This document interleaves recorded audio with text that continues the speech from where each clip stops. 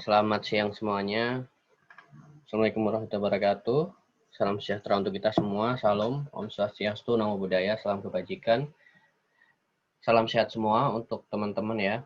Jadi tetap jaga kesehatan di era saat ini. Jadi minggu ini kita akan belajar tentang data dan skala pengukuran. Jadi ini minggu kedua gitu ya. Ini sebagai dasar kita berpijak untuk ke minggu-minggu selanjutnya.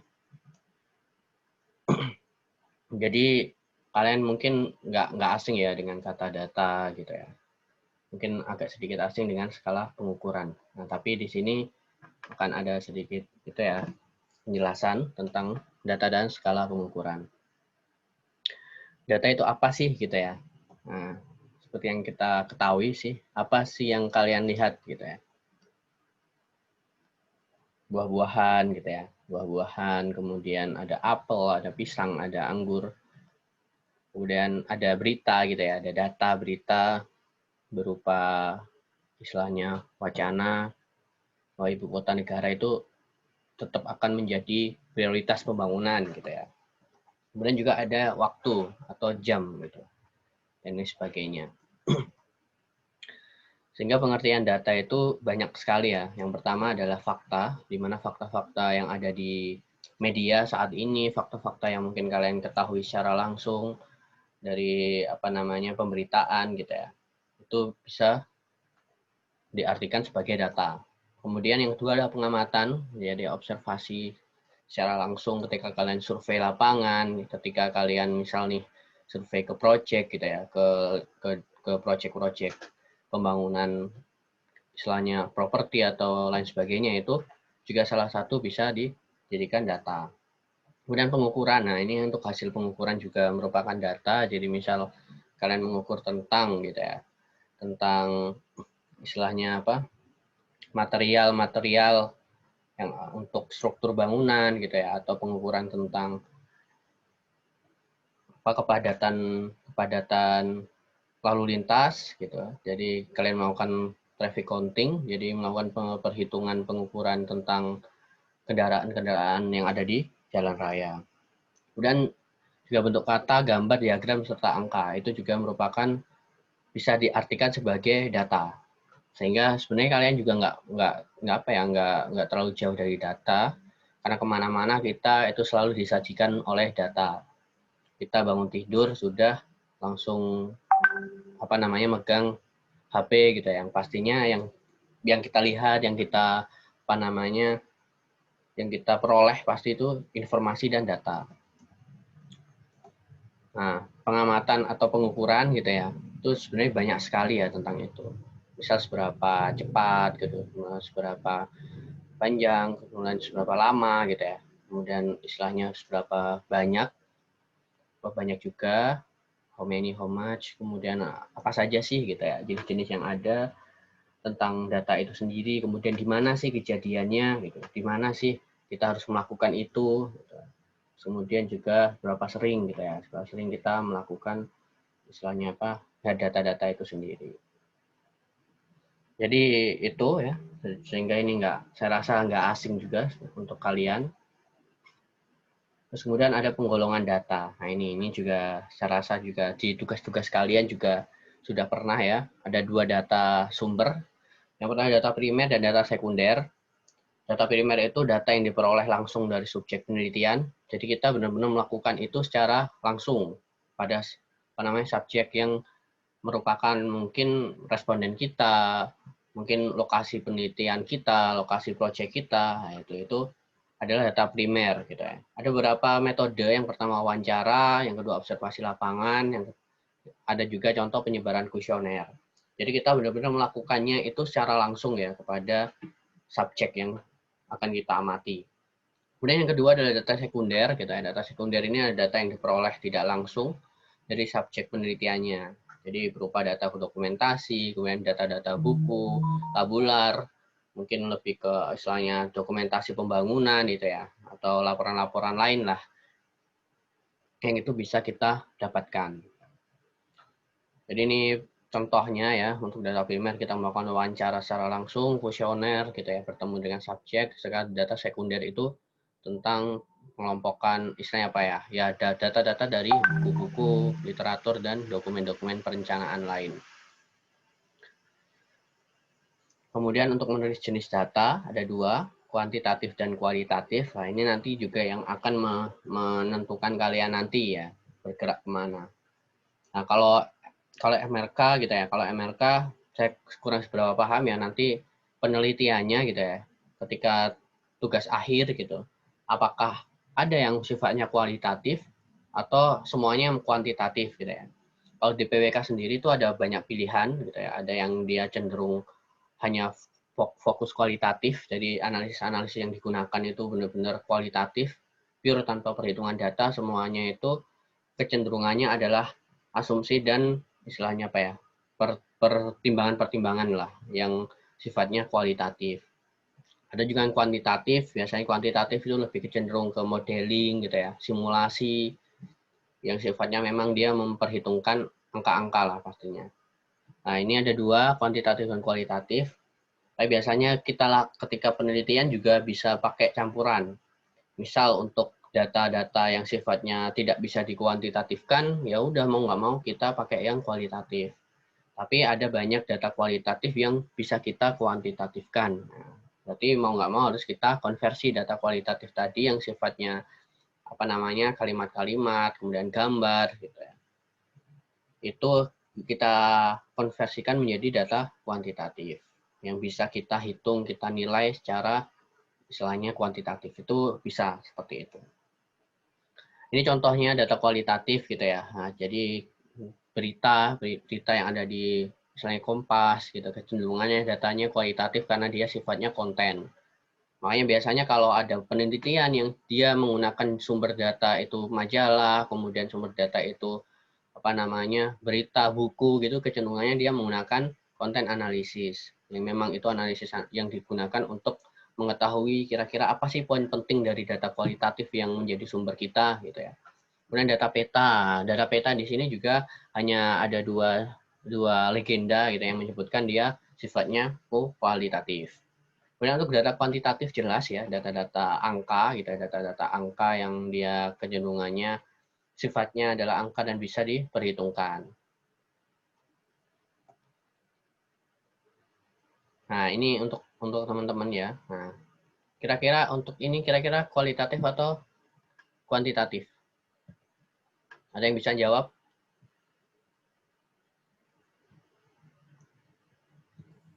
Kualitatif. Oke, kualitatif. Kalau ini? Kuantitatif. Kuantitatif. Kalau ini? Kuantitatif. Oke. Kualitatif. Oke, yang ini? Kualitatif. Oke, siap ya. Jadi kalian sudah paham ya tentang perbedaan kualitatif dan kuantitatif. Sudah, Jadi Pak. harapannya nanti bisa kalian lakukan karena sekali lagi ya, data-data yang kalian apa namanya olah nanti juga itu berhubungan dengan metode analisis yang kalian pakai. Kalau kalian ternyata data-data yang kalian akan menjadi apa variabel kalian itu kecenderungannya dia sifatnya kualitatif, ya mau nggak mau metode analisis yang akan kalian pakai ya yang metode analisis kualitatif. Kemudian kalau data-data variabel kalian ya, variabel penelitian itu kecenderungannya dia sifatnya kuantitatif ya, mau nggak mau metode analisis kita kuantitatif kayak gitu. Jadi biasanya memang setiap peneliti itu punya apa ya, punya kayak apa ya, kayak minat tersendiri. Kalau saya ya seluruh penelitian saya itu kuantitatif, jadi semuanya penelitian saya itu pasti kalau nggak modeling ya simulasi, kalau nggak gitu ya tentang apa namanya perhitungan-perhitungan apa namanya raster kalkulator kalau kalian pernah dengar ya perhitungan-perhitungan matematis gitu GIS gitu dan lain sebagainya semuanya rata-rata bahkan semuanya ya penelitian saya itu kuantitatif karena kalau saya pribadi gitu ya kalau saya pribadi percaya bahwa apa istilahnya kebenaran itu bisa disajikan dalam bentuk angka karena angka itu tidak pernah bohong karena semua ketika ditanya kenapa hasilnya seperti ini sudah ada jelas gitu ya. Nah, tapi kualitatif ini. Kualitatif itu kita mungkin apa namanya? Kita mungkin menganggap remeh gitu ya. Kenapa sih saya tidak ambil kualitatif? Karena kualitatif mungkin kalau kita lihat mudah, tapi kalau benar-benar kita masuk ke analisisnya, metodenya, waduh, benar-benar susah gitu ya, benar-benar susah karena banyak ya. Misal saya nyebutkan kesimpulan A gitu ya, penelitian kualitatif. Pengujinya bisa saja memiliki pemikiran kualitatif yang berbeda. Gitu. Itu nggak salah gitu, karena kualitatif itu hanya asumsi-asumsi yang diperdebatkan. Seberapa besar, seberapa mana yang kuat untuk mempertahankan argumentasinya dan mempertahankan hasil hasil penelitiannya. Kalau kualitatif ya kalau saya jelas tuh main modeling pasti ada nilai akurasi, kemudian nilai validasi gitu ya. Udah jelas itu, udah ini angkanya segini gitu. Ya itu pasti akan lebih itu. Tapi itu terserah ya, terserah kalian nanti gitu ya. Kira-kira ke depan kalian nanti akan fokus ke mana? Karena itu akan menentukan lah, khususnya PWK ya. Karena saya rasa kalau MRK kayaknya juga lebih banyak ngitung-ngitung gitu ya, perhitungan nanti ketika di tugas akhir. Nah, terus kemudian ini ya, jelas ini kalau yang kiri itu kualitatif, kalau yang kanan kuantitatif. Karena dia grafik penilaian angka gitu ya. Dan yang ini adalah peta. Oke, di mana ada beberapa syarat data yang baik. Nah, ini juga menjadi salah satu persyaratan kalian. Artinya menjadi pedoman kalian lah untuk pencarian data. Jadi jangan sampai kalian kecenderungannya itu asal-asalan untuk pencarian data. Karena itu nanti mempengaruhi kualitas hasilnya. Jadi ada beberapa yang pasti gitu ya. Yang pasti up to date gitu. Jelas kah? Data yang kita gunakan sebisa mungkin up to date ya, yang data-data terbaru, yang paling terbaru yang bisa kita olah. Minimal ada data terbaru, tapi nggak masalah ketika kita butuh data series. Ya. Data series nggak masalah, yang penting itu sifatnya relevan dan objektif gitu ya. Kemudian nilai sampling errornya kecil ya, atau nanti ketika kita menghitung, ketika kita nanti masuk ke populasi sampel ya, materi populasi sampel, nanti kalian akan mengetahui lah cara mengetahui nilai errornya. Kemudian juga representatif. Nah, kemudian ini syarat data yang baik ya. Jadi ada 5, tapi banyak syarat-syarat lainnya, tapi secara umum ini yang perlu kita pahami gitu ya. Bagaimana relevansi dengan penelitian kita, seberapa objektif lah data yang kita dapatkan untuk penelitian kita, dan seberapa representatif lah. Itu yang biasanya representatif ini ya berbanding lurus dengan kecilnya nilai error. Jadi dia benar-benar bisa dianggap representatif. Jadi untuk komponen data ya, yang pertama adalah objek data ini. Objek data itu lebih ke siapa sih yang mau diamati.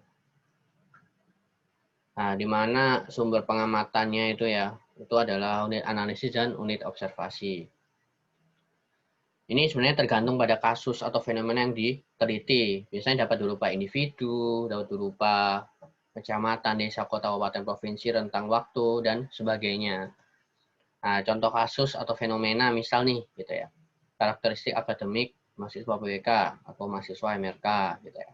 Dan karakteristik perilaku penduduk membuka pintu kaca. Ini juga bisa gitu ya diamati tentang fenomena-fenomena yang ada gitu.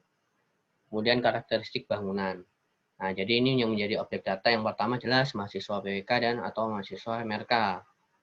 Kalau yang kedua gitu objek datanya jelas ya penduduk, yang kecenderungannya mungkin misal nih kita survei di APL Tower lah.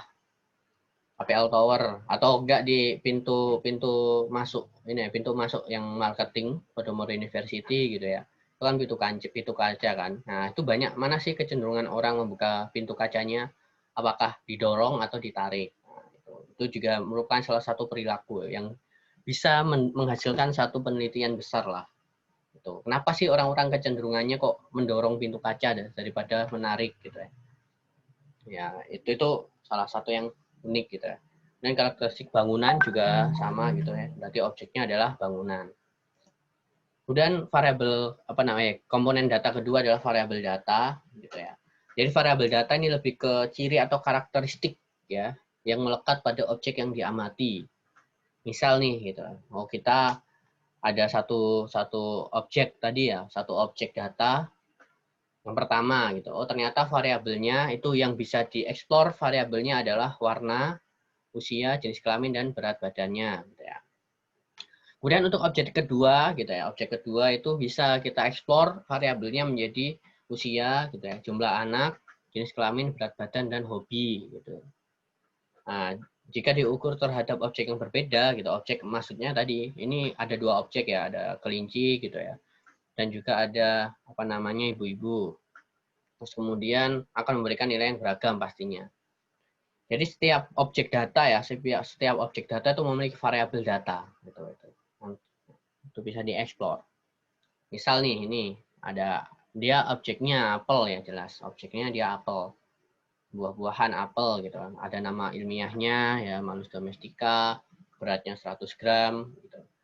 Kemudian warnanya merah, bentuknya bulat, rasanya manis. Nah, ini di mana objeknya adalah objeknya apel gitu ya, di mana dia memiliki beberapa variabel datanya. Ada 6 variabel data yang bisa dieksplor. Tapi pasti ada lagi ya yang lain lah. Itu. Nah, kalau kasus di bidang MLK atau PWK, silakan kalian mencari ya. Kira-kira apa sih nanti gitu. Itu nanti bisa lah. Ya, ya. Kemudian yang ketiga adalah skala pengukuran data. Nah, ini yang juga salah satu penting gitu yang perlu kalian ketahui.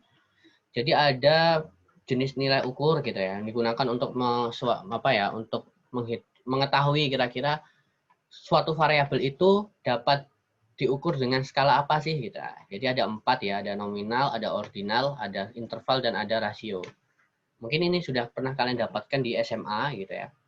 Biasanya kalau saya nyingkatnya NOIR ya. NOIR paling mudah itu NOIR, nominal, ordinal, interval, rasio. Nah, NOIR pun itu dia disingkat secara berurutan dan secara bertingkat. Apa sih bedanya? Nah, ini yang perlu kalian pahami ya. Nominal itu sifatnya simbol atau pembeda. Oke ya. Nominal itu sifatnya simbol atau pembeda. Dia tidak memiliki rentang. Contohnya apa? Hobi gitu ya. Warna itu. Jadi dia hanya pembeda ya. Di sini berhenti di pembeda. Jenis kelamin gitu ya. Jenis kelamin itu juga nominal karena dia hanya pembeda, pria atau wanita. Kemudian hobi dia juga pembeda. Kemudian ordinal di sini. Ordinal dia sifatnya adalah sampai ke hierarki. Jadi dia selain pembeda dia memiliki nilai hierarki, nilai tingkatan gitu ya, nilai tingkatan. Rentangnya jelas tidak sama ya, tidak sama rentangnya. Misal peringkat kelas. Peringkat kelas 1 dan 2 gitu ya, itu pasti berbeda. Dan juga memiliki hierarki yang berbeda juga. Karena peringkat 1 otomatis lebih tinggi daripada peringkat 2. Kemudian urutan anak. Nah, urutan anak ini jelas berbeda gitu. Kenapa urutan anak itu menjadi ordinal gitu? Karena dia ada sistem hierarki gitu. Anak pertama, anak kedua, anak ketiga. Nah, kemudian yang akan membuat kalian bingung gitu ya. Nanti ke depan itu adalah 2 data yang terakhir yaitu interval dan rasio. Nah, interval itu selain pembeda dan hierarki dia rentang ya, interval ya. Kita mungkin pernah lah bukan pernah ya, sering lah mendengar kata interval. Nah, di mana dia rentangnya sama ya, dia memiliki rentang sama gitu ya. Kecenderungannya sama ya antara mungkin misal nih gitu ya. Selisihnya ketika kita atur bisa sama gitu. Kemudian dia angka nolnya tidak mutlak. Artinya apa? Artinya kalau dia masuk ke interval, angka 0 itu memiliki nilai. Jadi dia tidak nol mutlak 0 ya. 0 itu ada artinya. Misal contoh waktu. 0000 gitu ya. Itu ada artinya, ada istilahnya apa ya? Ada artinya gitu bahwa 0000 adalah jam 12 malam gitu ya. Jam 12 malam. Kemudian temperatur 0 derajat Celcius itu ada artinya. Artinya dingin banget ya. 0 derajat Celcius itu dingin. Kemudian indeks prestasi 0. Ya itu merupakan pencapaian mahasiswa. 0 itu juga nilai gitu ya. Yang artinya dia memiliki nilai 0. Artinya ada mahasiswanya ada gitu ya. Ada mahasiswanya ada. tapi indeks prestasinya 0, berarti dia nilainya yang bermasalah. Kemudian skor IQ juga sama ya, itu juga memiliki nilai angka 0 mutlak. Angka 0 tidak mutlak. Kemudian yang rasio terakhir, yang rasio ini yang biasanya kita sehari-hari lakukan ya. Sehari-hari kita mungkin berkecimpung dengan rasio, karena selain pembeda hierarki, dia juga kelipatan. Dia memiliki rentang yang sama, kemudian dia memiliki angka 0 mutlak, yang artinya kalau dia 0 gitu ya, berarti kecenderungannya dia misal nih gitu ya. Beda kalau indeks prestasi tadi kan harus ya.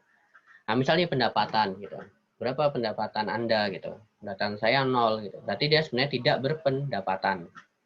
Gitu ya. Kalau beda kalau indeks prestasi 0 gitu ya. Dia bukannya tidak punya indeks prestasi, tapi memang nilainya dia 0 gitu. Semua nilainya E gitu ya.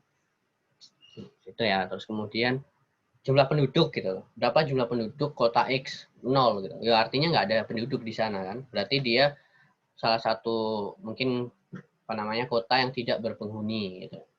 Jadi ini beberapa yang perlu kalian pahami gitu ya, NOIR tingkatannya, karena nanti ini sangat berhubungan dengan apa namanya beberapa minggu ke depan gitu ya. Bagaimana kapan kita menggunakan data nominal, kapan kita menggunakan data ordinal, kapan menggunakan data interval, dan kapan menggunakan data rasio. Nah, kemudian gitu ya, kemudian kita juga ketika menganalisis gitu, misal analisis nanti di depan kita akan berbeda gitu. Ketika pakai data interval, bagaimana sih analisisnya? Ketika pakai data rasio itu seperti apa? Jadi ada NOIR ya, NOIR. Nah, kemudian di sini gitu ya. Kira-kira objeknya apa? Ada yang tahu objeknya apa?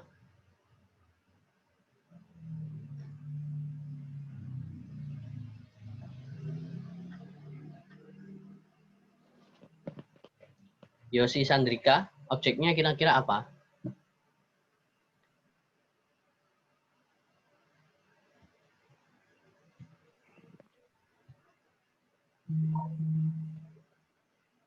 Nggak dijawab, Pak, parah. Oke ya, nggak respon. Mungkin mic-nya bermasalah. Atau mungkin ketiduran. Oke, mungkin Robi Cahyadi kira-kira objeknya apa? Profesi kayaknya, Pak. Objek, objek. Objek. Enggak, kurang aqua nih. Oh, perbandingan apa sih? Itu loh, hubungan ini pendapatan sama pekerjaan gitulah. Ya nggak sih?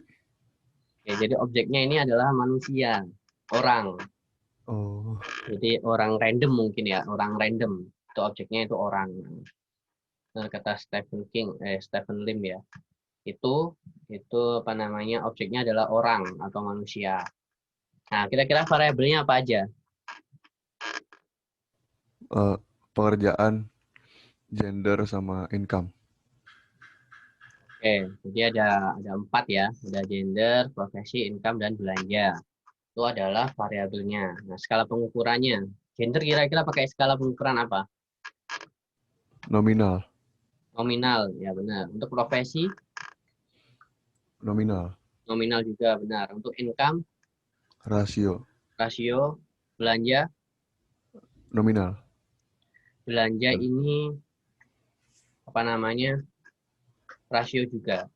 Karena ini apa namanya? Satuannya juta gitu ya. Mungkin atau ratus ribu. Jadi itu, jadi kalian udah paham tentang perbedaannya. Terus kemudian, nah ini, kira-kira untuk ini skala pengukurannya apa? Ayo, silakan siapa yang mau menjawab?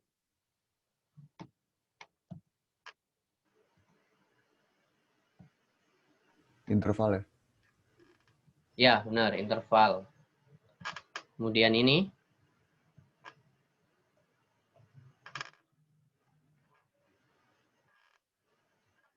yang kedua, apa kira-kira? Rasio ya, Pak. Bukan, Now. nominal ya, nominal. Oke, kemudian Ini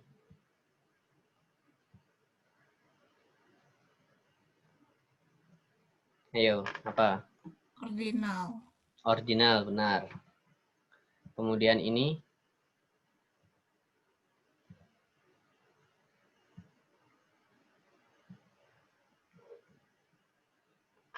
apa jumlah penduduk itu? Rasio. Rasio, oke. Terus kemudian ini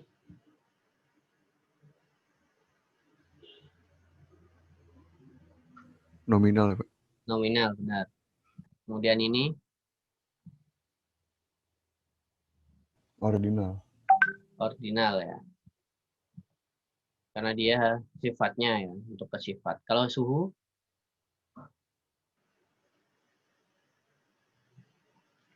apa tadi? Interval. Interval, benar. Sama ya ini ya. Oke. Oke. Jadi itu ya, itu tadi materi ya. Sebelum ke tugas, apakah ada pertanyaan sampai sejauh ini? Gimana teman-teman? Jadi kalian tidak boleh, apa ya, bukan tidak boleh ya, harus sudah paham ya tentang perbedaan ini. Karena nanti minggu-minggu ke depan itu kalian harus bisa membedakan antara nominal, ordinal, interval, dan rasio. Oke. Apakah ada pertanyaan? Silahkan. Nggak ada, Pak. Ada, oke.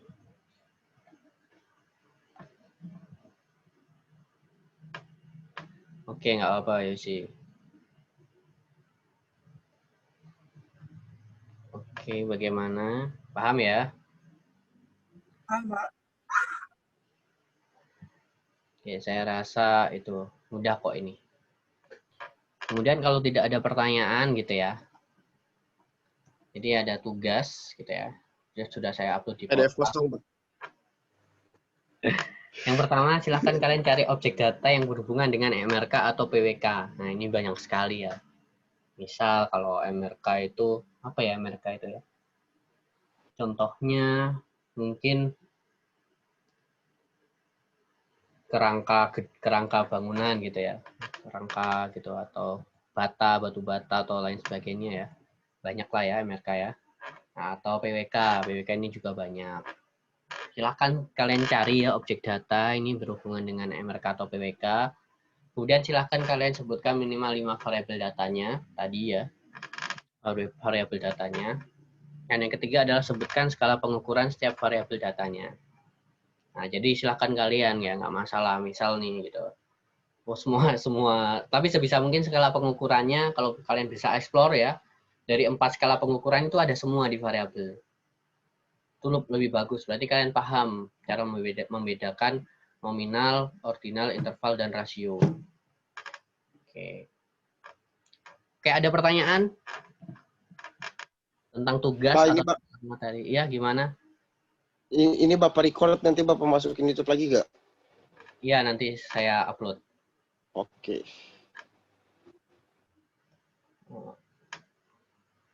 Oke, gimana? Cukup ya?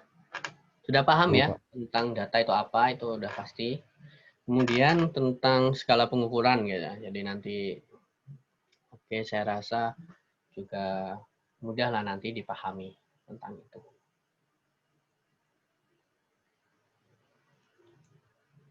Oke ya, kalau tidak ada gitu.